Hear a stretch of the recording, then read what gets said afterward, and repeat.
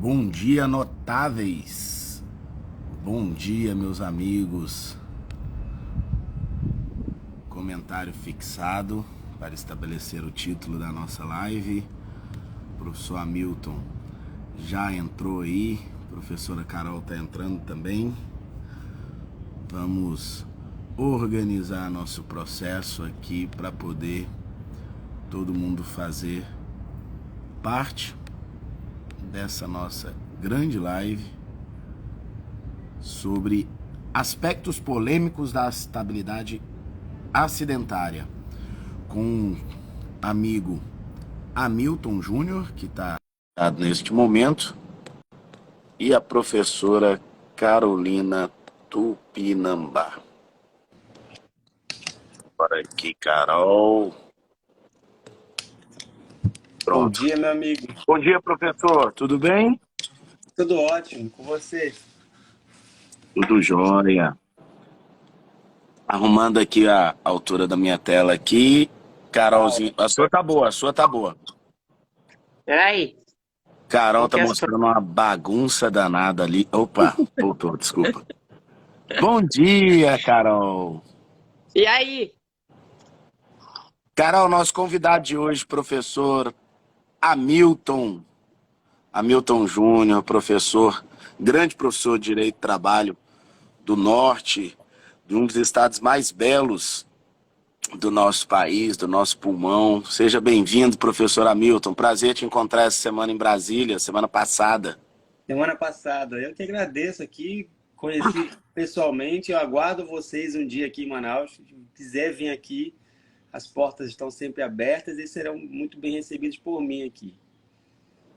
Tenho certeza disso. Cidade e estado do nosso grande, maior líder da advocacia brasileira, Beto Simonetti. Quero ir aí no ano que vem, sem dúvida. Beto, que tem se demonstrado um grande líder da nossa advocacia. Carol, para a sua introdução de praxe, aspectos polêmicos da estabilidade acidentária. 1, 2, 3 e vamos, que nós não temos tempo a perder, porque combinamos de terminar na hora hoje, hein? Isso. Bom, então, agradecer mesmo a presença do nosso querido professor.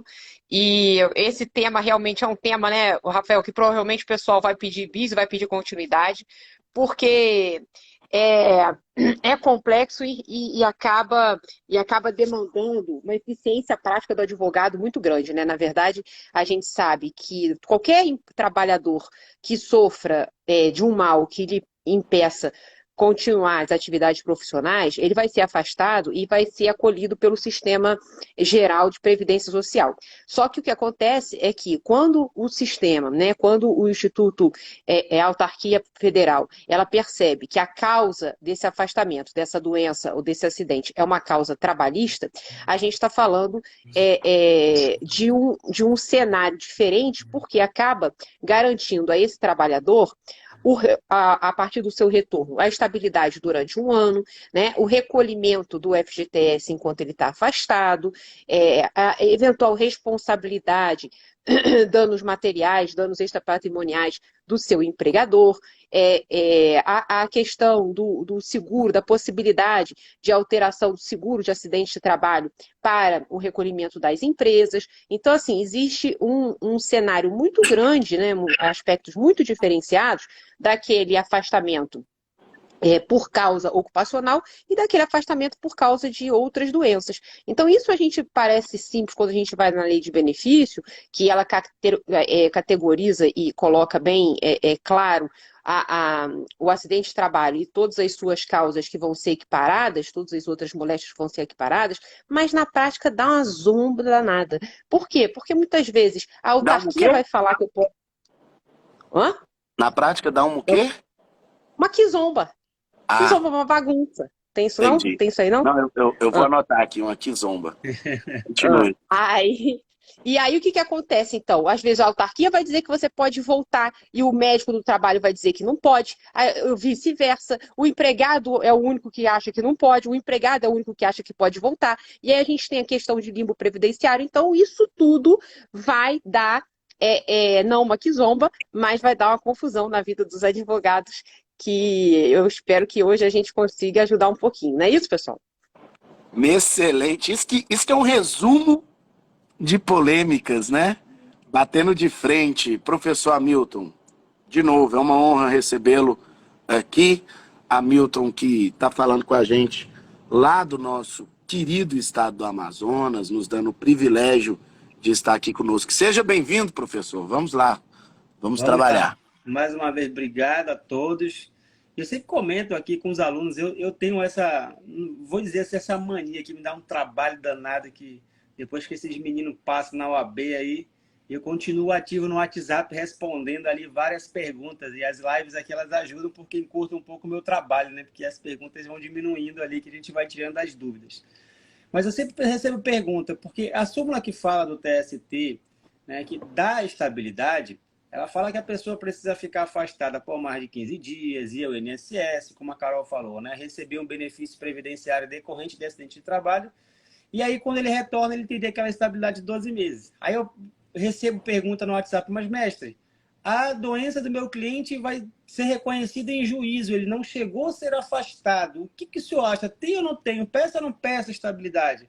Né? Então o TST ele vem decidindo, e na própria súmula ele coloca lá depois uma vírgula e o salvo, que a estabilidade, quando ela é reconhecida depois do contrato de trabalho, né, a doença profissional, na verdade, ela gera estabilidade. Então, não há necessidade de a gente esperar o afastamento previdenciário, até porque ele vai reconhecer isso em juízo, através de perícia, né, judicial. Então, as várias decisões que eu peguei, inclusive a própria súmula, né, que isso eu coloco naquele meu livro de iniciação à prática, ele já é bem evidente, não há necessidade de ter o afastamento previdenciário quando essa doença ela é reconhecida após o fim do contrato de trabalho, quando o empregado já sai, né, da empresa e ele procura o judiciário ali para buscar, né, um respaldo e buscar as reparações, como a Carol falou, né, dando material, moral, estético, etc.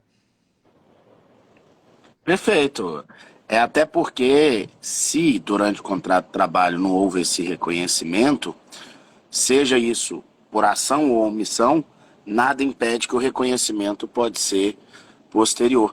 Principalmente quando a gente está falando, meus amigos, porque um acidente de trabalho típico, é difícil um acidente de trabalho típico em que deveria haver esse reconhecimento de afastamento e ele não há, né?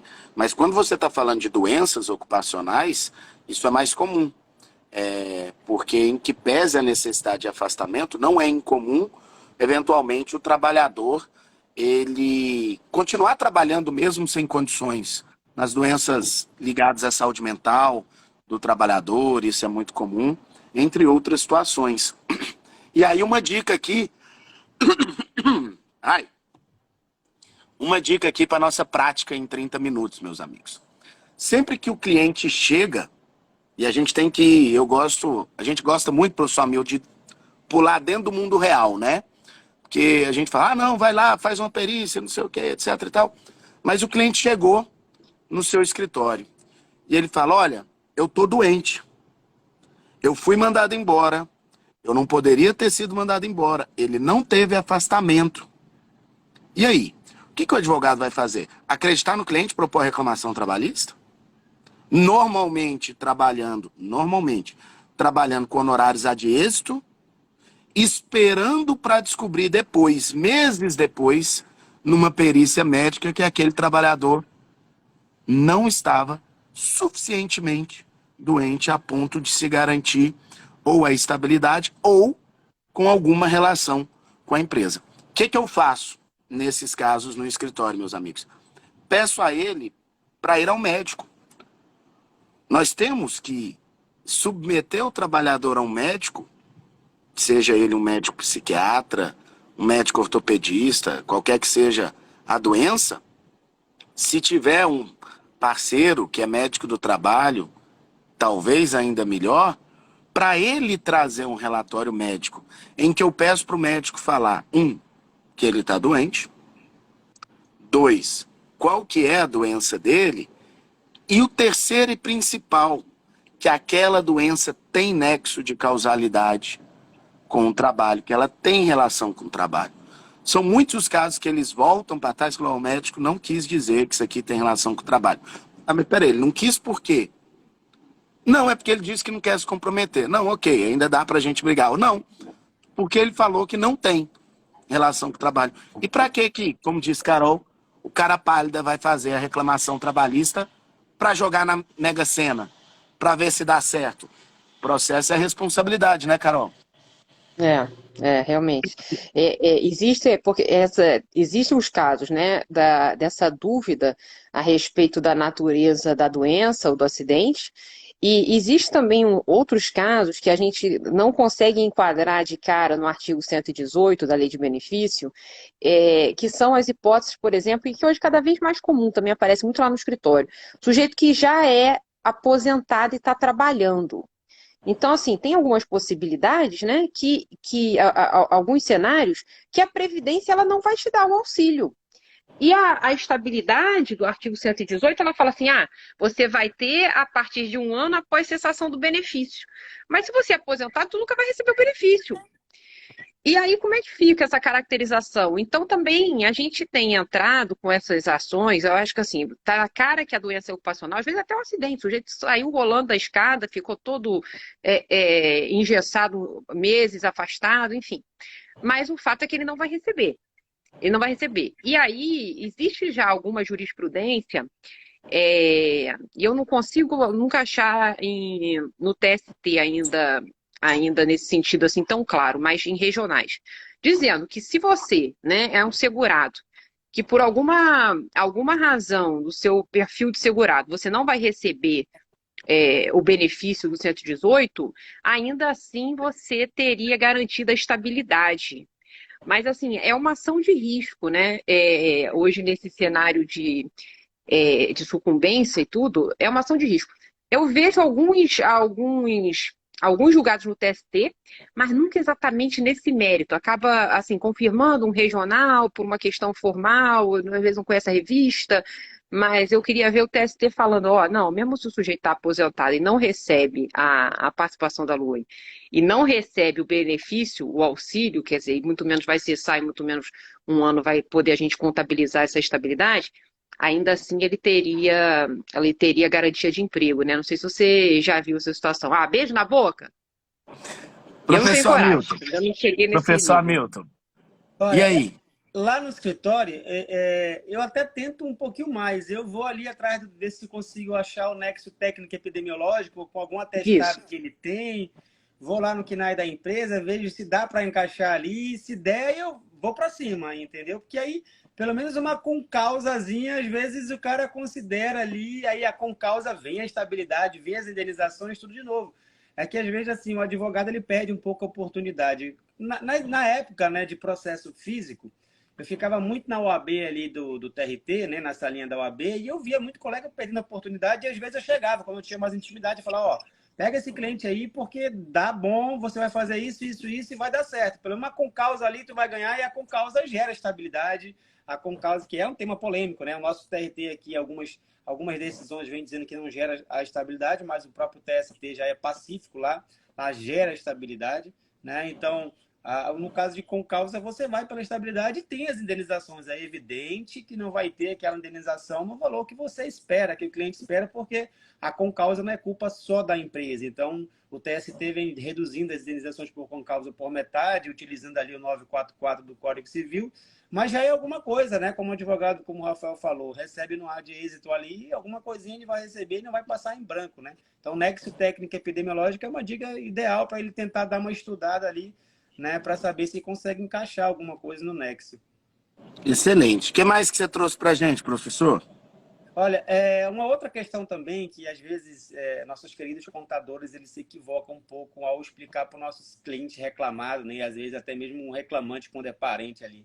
O acidente de trajeto, né? O acidente de trajeto ele existe, ele precisa ser aberto a CAT se ocorrer, né? E ele gera as consequências como a Carol falou, né? E se tiver que ser afastado pelo INSS, ele vai ser afastado, ele vai receber um benefício decorrente de acidente de trabalho. Quando ele voltar, ele vai ter a estabilidade, né? Qual é o grande problema? O grande problema é que nem todo acidente ele vai ter a responsabilidade civil, porque A regra geral que nós temos é a responsabilidade subjetiva, tem que ter a culpa, e na maioria das vezes o acidente de trajeto é carro próprio e não tem culpa. Né? A não ser que o cara esteja trabalhando em jornada exaustiva até tarde, e aí pode ser configurada a culpa como o TST diz, mas fora isso, não. Então, assim, o acidente de trajeto, ele é tratado ali como um acidente, né, de trabalho, e ele tem as consequências que é a estabilidade, o recolhimento do FGTS, do período que a pessoa ficou afastada. E por que gerou essa grande polêmica? Gerou porque a reforma trabalhista, lá no 58, parágrafo 2º, tirou o tempo à disposição do trajeto, né? Casa-trabalho, trabalho-casa, né? Hoje em dia só vai contar como jornada o tempo efetivo, e os contadores dão informações erradas. E assim, dependendo do lado que você está, se está pelo reclamante, você adora, né, essa informação errada, que vem tudo equivocado, e você pega um processo trabalhista ali, né, todo preparadinho para você já ganhar uma ação contra aquela empresa que achava que estava agindo errado. Mas no caso ali, o acidente de trajeto gera estabilidade se ocorrer os afastamentos normais, né? E o que vocês acham? Perfeito. Perfeito, é isso. E é importante a gente ressaltar, no caso do acidente de trajeto, até algum tempo atrás, mais ou menos uns 3 anos atrás, apesar de não haver nenhum tipo de responsabilização, ele impactava no SAT, no seguro de acidente de trabalho, né? Em razão de sua contabilização como acidente. E já foi alterado, o INSS, acho que foi 2018 ou 2019, o INSS alterou a normativa, excluindo da contagem o acidente de trajeto. E aí começou, e talvez isso tenha incentivado ainda mais essas eventuais informações que o professor Hamilton trouxe para a gente. Hamilton, olha o tanto que o tempo passa rápido, já são 8h07. Vamos lá, o que mais que a gente tem aí? O horário, assim, até faz acho que uns 2 anos que eu não mais, eu acho, que eu não faço uma audiência presencial. Hoje o juiz quis porque quis fazer presencial, então daqui a pouco eu estou correndo para o Fórum Trabalhista. Ih, tá nervoso, ó, Carol. Né? Tá nervoso com a Tá nervoso não, porque presencial. assim, hoje em Manaus amanheceu uma chuva horrível, então imagina o trânsito que vai estar hoje, uma beleza aqui, né? Agora, Rafael, sabe um ponto importante? Eu não sei se acontece na cidade de vocês. Aqui em Manaus tem uma situação interessante envolvendo aí o SAT, né? Você passa na frente das empresas, aí tem uma plaquinha assim, já estamos há 100 e poucos dias sem acidente de trabalho, né?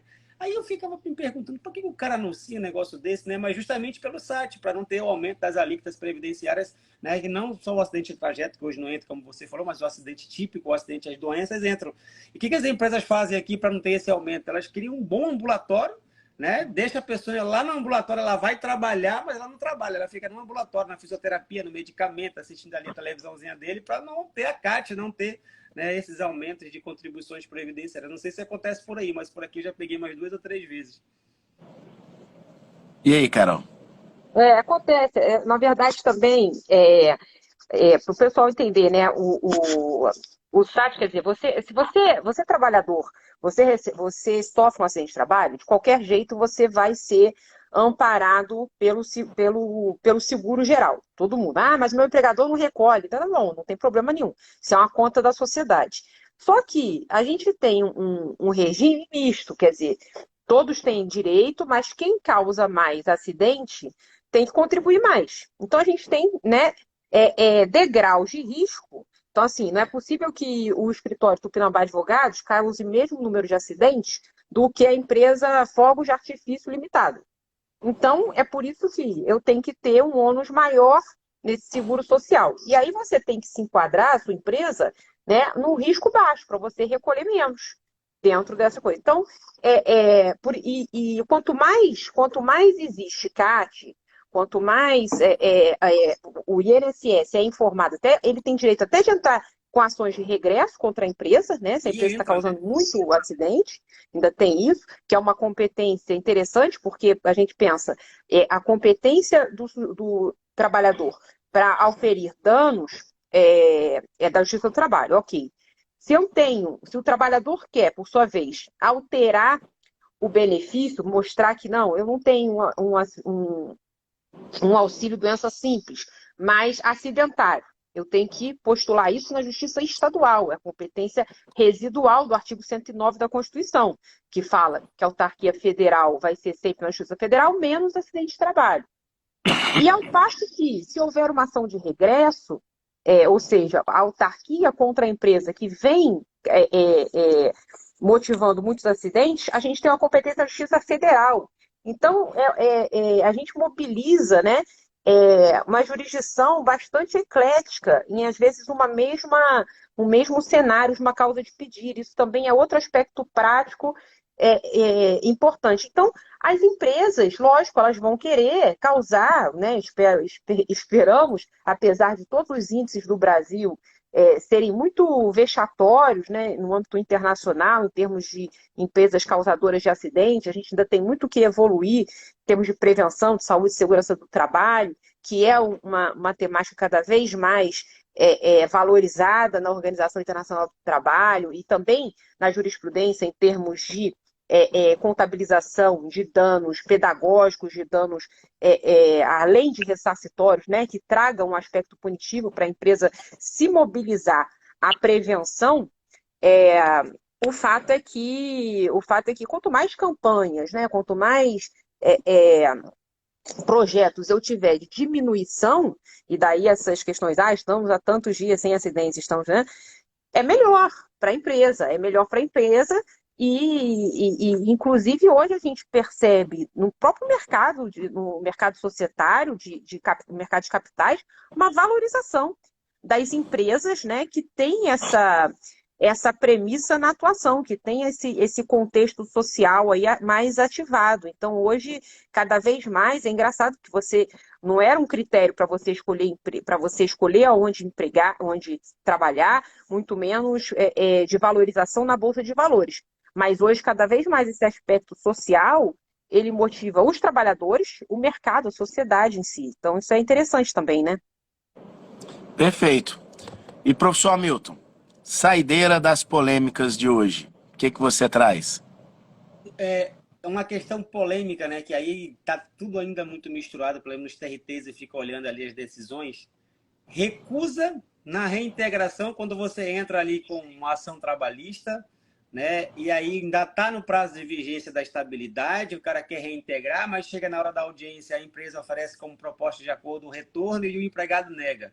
E aí, tem ou não tem a estabilidade? É pacífico que para a gestante ela pode negar, né? Mas a jurisprudência ali do TST ainda não é pacífica no tema do acidentado. Por exemplo, essa semana agora eu vi uma decisão recente da quinta turma, salvo engano, dizendo que se ele recusou a reintegração, ele perdeu a estabilidade, né? Então é um tema aí também bem espinhoso aí, quanto volto ou não volto, aceito ou não aceito a reintegração ali. Eu, como estou pela reclamada, eu sempre ofereço essa proposta de acordo, porque eu sei que ele vai recusar, peço para o juiz ali constar na ata de audiência, porque já é mais uma tesezinha de defesa para eu ir levando até um RR ali para o TST, para mesmo que perder, ainda ganhar um fôlegozinho para pagar o processo, né?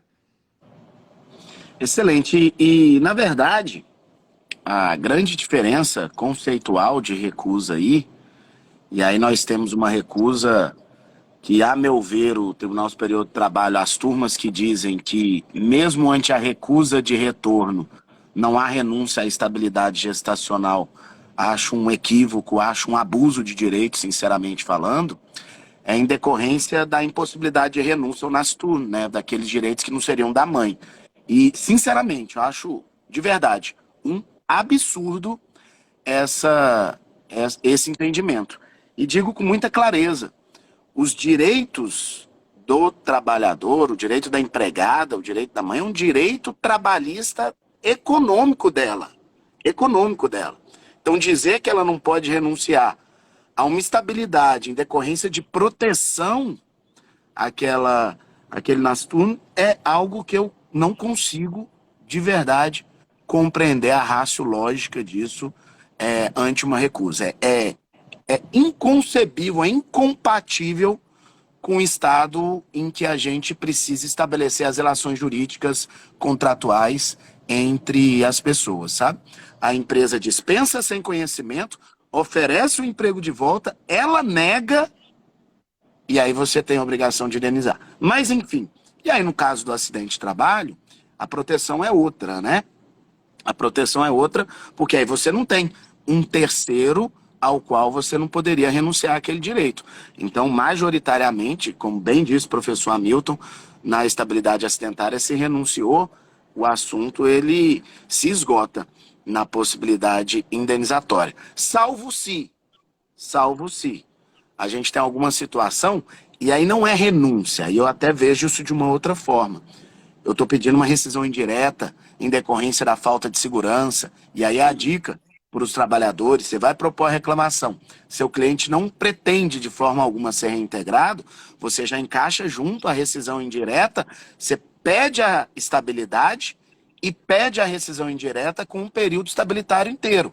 E fundamenta, né? Como diz Carol, fundamenta, cara pálida, essa estabilidade e esse pedido de renúncia, para que amanhã ou depois, ante uma eventual proposta de emprego, a sua renúncia seja: não voltarei, porque é objeto da ação a rescisão indireta, e eu tenho causa para rescisão indireta, que é a própria insegurança do trabalho que eu vivia na empresa. E é importante dar essa dica para quem advoga para os reclamantes, para a coisa andar certinho.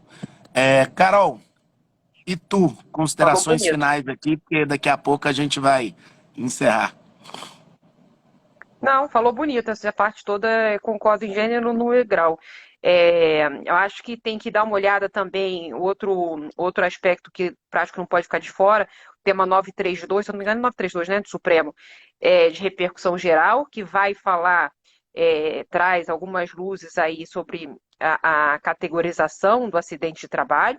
E aí, quer dizer, o Supremo tem julgados importantes, por mais que a gente tenha uma crítica de que o Supremo tem andado num sentido de minimização de direitos trabalhistas, eu acho que no aspecto de saúde e segurança a coisa é diferente. A gente tem o tema de repercussão geral do nexo epidemiológico, o Supremo entendeu constitucional. A gente tem a questão do tema 932, que fala das atividades de risco e da responsabilidade objetiva do empregador nessas hipóteses. Então, eu acho que qualquer demanda pelo reclamante, pelo reclamada, é obrigatória essa consulta, principalmente desses dois temas de repercussão geral.